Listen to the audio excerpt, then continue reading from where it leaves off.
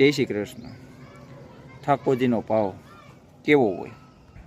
તો આ પ્રસંગ આપણી પરંપરાના પવિત્ર ગ્રંથમાં લખાયેલ છે. વર્ષો પહેલાંની વાત છે.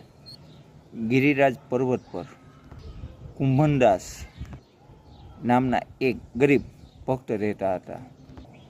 એ રોજ ઠાકોરજીને સામગ્રી ધરીને કીર્તન કરતા હતા.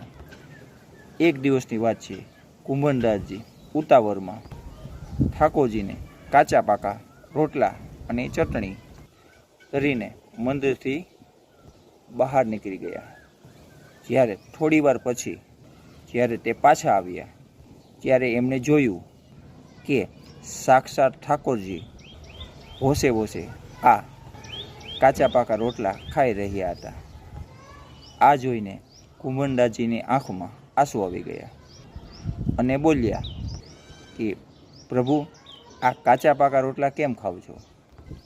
ત્યારે ઠાકોરજીએ જવાબ આપ્યો કે કુંભનદાસજી, આ રોટલા ભલે કાચા રહ્યા પણ આમાં તારો પ્રેમ સાચો છે.